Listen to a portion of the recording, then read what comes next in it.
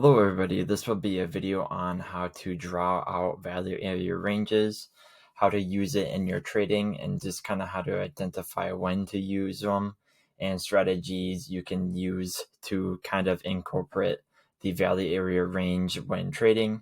In my opinion, this is a very important tool to have, as especially when Bitcoin, for example, it starts to range and you can identify where price is overbought and oversold.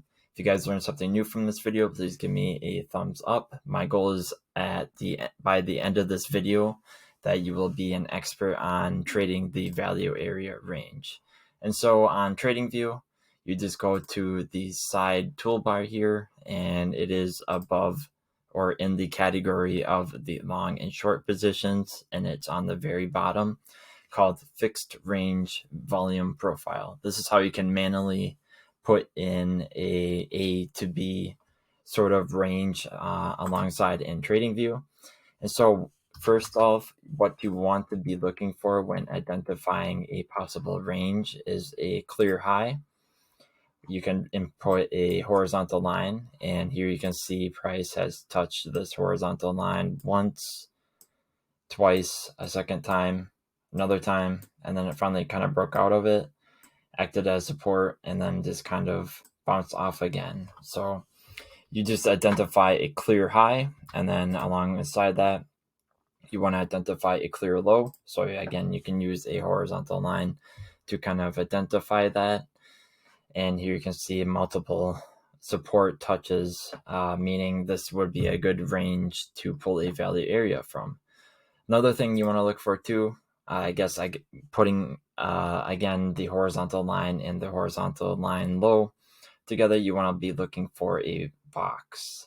So that's what you want to be looking for, a box where price kind of trades inside of. First off, before manually drawing it, there are some indicators that you can use for it to kind of measure out the volume area for you. And a common one for free people, or the free version of the TradingView, is volume profile visible range. This is a built-in into TradingView, so you can just search in volume profile visible range and it should come up. And if you go ahead and click and turn that indicator on, it will pop up and show you a visible range. And the more you zoom in and out, it'll fix it towards the range that you can see visible on your screen. So the amount of candle bars, it'll draw it from this, so the very left of my screen, to the very current price action of what's happening now. And as you can see, as I scroll in and out, it will fixate and update like so. There are certain settings that I do like to use on the volume profile range. It is a row size of 200, and then this is really up to you, but a value area volume, you can use 68, or you can just keep it at 70. I personally have been using the 68 indicator just for the built-in TradingView version, along with the fixed range volume profile one. So I'm just going to turn this off, and we're going to do a fixed area range profile. And so again, we're going to identify the box. So we're just going to draw it from the highs to the lows, and here it'll map out all the volume traded on the y-axis within that day. So that is one thing you can look at when identifying volume, is that it'll trade at how much volume was traded at that specific price level, and it will just kind of map it out for you. And again, these are my inputs for it. Feel free to pause the video and just kind of jot those down. Again, I like to use the 68. It just shrinkens up the value area range. And now I'll identify kind of the lingo used when trading inside the value area range. And so this right here, where you can see it changing from the gray area into the more colored region, the blue and purple region, is called the volume area range. And within that, there is now an updated version where it kind of points out the difference as you can see the blue line here. And so at the top of the range right here, when it changes to the gray, it's called the value area high, or VA or VAH in common lingo. And then on the bottom, it's called the value area low, or VAL, as another abbreviation for it. Next, you'll see a common white line here, and you can see this was like the most amount of volume traded, or the most common price that price was bought and sold at within other traders. And you can see it pointed out by the white line here where it is the most spike of volume, and it'll just map that out for you. In this case, it is white line for me, and then it's come in at 32,840. Again, within this whole range, the most common price for Bitcoin to be bought and sold at by other traders is 32,840. So just keep that in mind. Another thing to also look at too is high volume nodes. And what are high volume nodes? Well, if you kind of zoom in a little bit more here within the volume, you can see on the outer gray out edge, you can see more common spikes in volume. So on the bottom here, you can see there was a big spike in volume right here. And again, you can abbreviate this by double clicking on it with text and just map it out as HVN, or high volume node. Next, you can see on the top here, again, another large spike in volume, and we can just drag another line there and just kind of write down HVN, high volume node. Again, price likes to sometimes come out of the value area range and just kind of wick down and then come back up, as usually price likes to kind of balance out and make this whole volume kind of like even. So it likes to distribute volume evenly, so everything can be bought at a more of a fair price, but usually it's really not. So another common strategy, what you can do is map out the value area high and the value area low. And here you can look for shorts when price comes out of the value area high, and then look for longs when price comes out of the value area low. And then a common take profit when longing and shorting is take profits at the point of control. When the point of control is really at a low right here, you kind of want to be holding on and take profits at the value area high in a way, or of course using other levels of confluence, but the most common one can be a value area high, as you're taking longs from here. And again, when you're taking shorts above the value area high, another common one is to take profits at the point of control, and then secondly, the value area low in this case. Another common thing to look for too within the volume area range, or the volume profile, is a low volume node, and it's kind of the opposite of a high volume node. And a low volume node is really just a low amount of volume within the range. Usually you don't want to see the outside of the value area or volume range. So in this case, I want to really count this as a low volume node, same as up here. The very top and the very bottom, I don't really count those as a low volume node, but what you can count is right here, just a low spike of volume, very huge gap or valley. And here you can mark these out. Usually price likes to quickly wick down and then kind of wick up, or kind of referred to as a swing failure pattern. Usually swing failure patterns don't really happen, but it is something to mark out on your chart, especially when you're pulling the volume range profile at a big time range. And so another good thing you can do too is keep the volume ranges, kind of the range on your chart, especially on the larger time frames like the daily.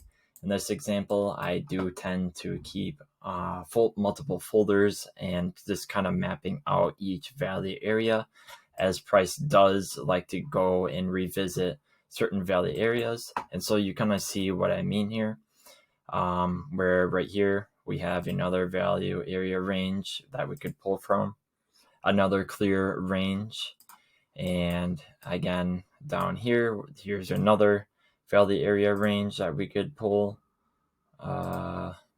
just kind of right here. And as you can see, this value area range is kind of similar to this value area range. And so this value area range could form based off of the value area of this range here. So usually when you see price come down and then start to consolidate, it may gain acceptance into this value area range. Let me just kind of update this one a little bit more, like so. And so you can see it'll start to trade within this value area range as shown right here. And so that's kind of another good thing to do too, is take note of previous value area ranges, especially when price is heading towards this level, and then just kind of keep note if price starts to kind of range within this value area range or a different value area range, as it kind of shows you or pinpoints you where a possible swing high and swing lows might be, and that can be useful for trading. Again, if we just go in the other more into the Bitcoin price, you can see there was another range roughly in here. And then again up here, here's another value area range. And so really price does like to range a lot. And then again, right here can be argued that there is another value area range if we just take the value area range from here, and you can see the range like so. Another big thing you can do too is take a volume range from the whole year or the whole sideways market. And as you can see on a big picture perspective, that Bitcoin was kind of ranging in the sideways range, it can be argued, where we have a clear low down here and then a clear high up here. And what you can do now is just take a large volume profile and start it off from the beginning of the range towards the current price action. And here you can get a big picture of the value area range that is going on for the Bitcoin price. So just to kind of see it better, I'm going to delete all these smaller value area ranges that we drew up earlier. And so like so, here you can see the value area high, the point of control, and the value area low. And again, another common rule for it is that you want to be looking for shorts when, or selling, take profit when the price is above the value area high. Look for a possible bounce or long as support when price comes down to the point of control. So like so, if price would have bounced like that. If price doesn't end up bouncing and kind of breaks through that point of control, you can look down towards the value area low, and that can be looked at as a common long opportunity, as price may kind of bounce off of that value area low. And then again, once it does bounce off that value area low, you can look for your first take profit at the point of control, and then a take profit 2 at a value area high, and then possibly you can ride it up higher, but I wouldn't really get too greedy with this. And also, just on a larger time frame, you can look out for the high volume nodes and low volume nodes and just kind of map them out based off of the volume profile. And keep a note that sometimes as you update this and drag it towards the current price action, that these values do move around, especially the point of control. You want to keep that in mind whenever the point of control moves around. So if we do just kind of go back in time, you can see the point of control was down here. Drag it a little bit further, you can see the point of control was up here. Drag it a little bit further, you can see the point of control moved a little bit. Drag it over here, point of control moved. Drag it back here, point of control was down there. So yeah, just keep that in mind. Also, another thing you can do is map out the high volume nodes and low volume nodes. So right here is a low volume node.